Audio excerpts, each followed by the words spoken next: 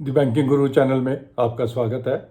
आज हम अपनी इस वीडियो में यूएस फेड का जो रेट कट आया है उसके बारे में और उसका इम्पैक्ट इंडिया में बैंकिंग स्टॉक्स के ऊपर कैसे पड़ सकता है उसे एनालाइज करने की कोशिश करते हैं। पहले देखते हैं यूएस फेड ने क्या किया है। 0.5% रेट इमीडिएटली घटा दिया, जो उनका रिपो रेट होता है। 0.5% और घटाने के लिए बाई दिसंबर बता दिया। 1% रेट 2025 में घटाने के लिए बोल दिया और 0.5% रेट बाई अर्ली 26 घटाने के लिए एक रोड मैप दे दिया। यानी कि 2.5% के करीब रेट कट, जो एग्जिस्टिंग उनका 5% है, तकरीबन उसको आधा करने के लिए इन्होंने एक अपना रोड मैप बता दिया। मार्केट के लिए डाइजेस्ट करना थोड़ा ज़्यादा है, इतना एक्सपेक्टेड नहीं था। उसका impact definitely US market as well as the बाकी सभी मार्केट्स पे भी आएगा। कैसा कैसा इम्पैक्ट आ सकता है पहले वो देखते हैं। यूएस मार्केट में क्या एक्सपेक्टेशन के साथ घटाया जा रहा है कि इन्फ्लेशन काबू में है। रेट कट करने से उनकी इकोनॉमी में जो कंजम्पशन है वो बढ़ेगी। कंजम्पशन बढ़ने से क्रेडिट डिमांड बढ़ेगी, क्रेडिट डिमांड से प्रोडक्शन होगी प्रोडक्ट्स की और वो एक बेटर ग्रोथ की तरफ इकोनॉमी को लेके जाएगी। और जो एक विशियस सर्कल होता है, जो रेट हाई होने की वजह से एक नेगेटिव चल रहा होता है, उसे रिवर्स करके एक पॉजिटिव विशियस सर्कल में लाने की कोशिश की जाएगी। ये तो उनका प्रजम्पशन है यूएस मार्केट का। इन टर्न डॉलर वीक होगा और बाकी जो करेंसीज हैं वो थोड़ी स्ट्रांग हो जाएंगी। एक्सपेक्टेशन ये है कि इसकी वजह से जो फंड्स, यूएस फंड्स या बाकी फंड्स हैं, वो इमर्जिंग मार्केट्स में आएंगे और India being the biggest market, उसमें ज़्यादा एक्सपेक्टेड है फंड्स आने की।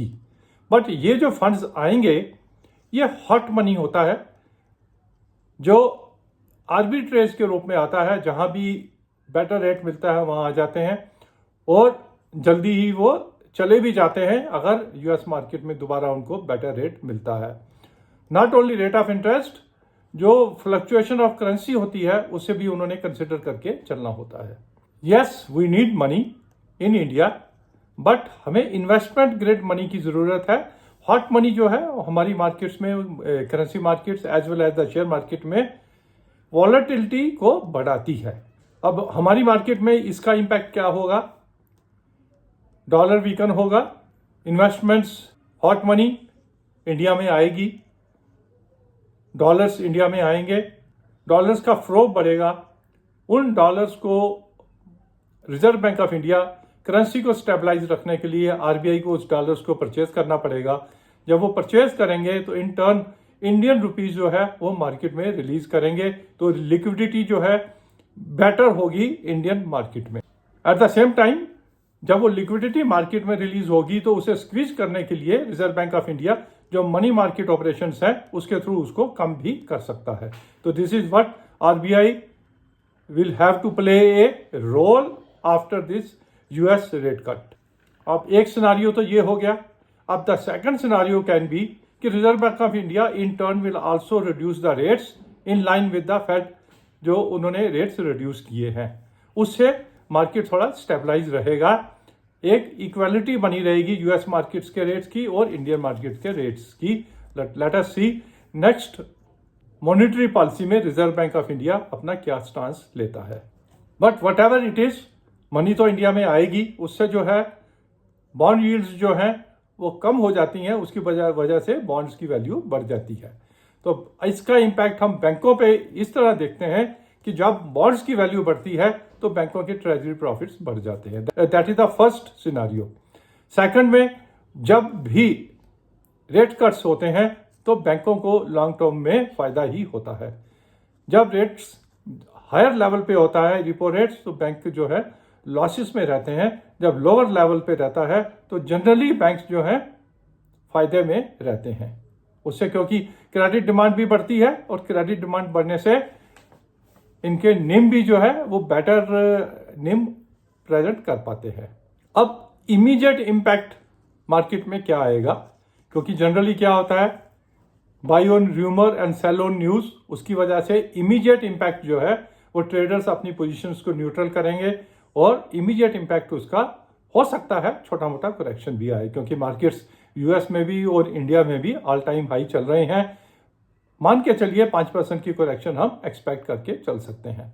बट लॉन्ग टर्म में जैसे हमने कहा, बैंक्स का ट्रेजरी प्रॉफिट्स बढ़ते हैं, रेट्स रिपो रेट्स कम होने की वजह से बैंकों का निम जो है इंप्रूव होता है लॉन्ग टर्म में। Slowly after a period of time इस न्यूज को और इसके पूरे सिनारियो को, अगले 2 साल के सिनारियो को इन्वेस्टर्स एनालाइज करेंगे और दे विल रियलाइज कि not only in US and India also, ये जो यूएस का रेट कट शुरू हुआ है ये बेनिफिशियल होगा शेयर मार्केट के लिए भी।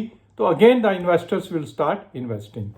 Generally we are bullish on banks, और जब भी छोटा मोटा करेक्शन आए हमें बैंक्स में इन्वेस्ट करना है, इन्वेस्ट रहना है। अब फर्स्ट वीक में एचडीएफसी के जो फाइनेंशियल अपडेट्स आएंगे, कुछ आइडिया हमें उनसे मिल सकता है, लेकिन एचडीएफसी बैंक के जो अपने इश्यूज चल रहे हैं, क्योंकि दे आर जो एचडीएफसी मर्ज होने के बाद उन्हें अपना पोर्टफोलियो जो है, अपनी बैलेंस शीट को रीसेट करना पड़ रहा है, उसकी वजह से उनके जो डिसीजंस हैं वी कैन नॉट से कि वो मार्केट का ट्रेंड हमें बता पाएंगे।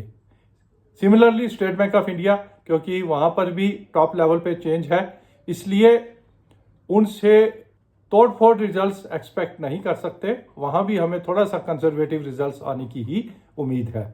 बट बाकी बैंकों में हमें देखना पड़ेगा जब उनके फाइनेंशियल फिगर्स आएंगे। प्राइवेट बैंक्स अपना निम कैसे मेंटेन कर पाते हैं, पीएसयू बैंक्स जिनकी ब्रॉडर आउटरीच होती है थ्रू आउट इंडिया, वो अपना कासा कैसे मेंटेन कर पाते हैं, और स्मॉल फाइनेंस बैंक्स जो किसी भी कास्ट पे डिपॉजिट्स लेने को तैयार रहते हैं और किसी भी रेट के ऊपर वो लेंड करने के लिए तैयार रहते हैं, वो अपने निम को कैसे रिटेन कर पाते हैं। ये तीनों जो कैटेगरी ऑफ बैंक्स हैं उनके जब फाइनेंशियल फिगर्स आएंगे तो it will be very interesting to see कि इन्होंने सितंबर क्वार्टर में क्या किया और आगे वो क्या करने वाले हैं। इस सब माहौल में जो ट्रेडर्स हैं उन्हें थोड़ा कॉशियसली चलना पड़ेगा और इन्वेस्टर्स को कॉन्फिडेंटली इन्वेस्ट करना पड़ेगा जब भी उन्हें 5% की करेक्शन मिलती है। तो अपने शेयर्स आइडेंटिफाई करके रखें, जैसे ही मार्केट करेक्ट करती है लॉन्ग टर्म के लिए, लॉन्ग टर्म सिनारियो के लिए आप इन्वेस्ट कर सकते हैं। अगर आपका 3 महीने का सिनारियो है फिर भी आप बैंकिंग स्टॉक्स में फर्दर इन्वेस्ट कर सकते हैं। वी एक्सपेक्ट स्मॉल करेक्शंस के बाद बैंक दोबारा अच्छी हमें लीड दे सकते हैं और दिस टाइम जो ऑल टाइम हाई बनेगा उसे बैंक निफ्टी लीड करना चाहिए। ये हमारा व्यू यूएस फेड के रेट कट्स पे और उसका impact Indian economy, Indian market और स्पेशली बैंकिंग स्टॉक्स पे क्या होने वाला है। Thank you.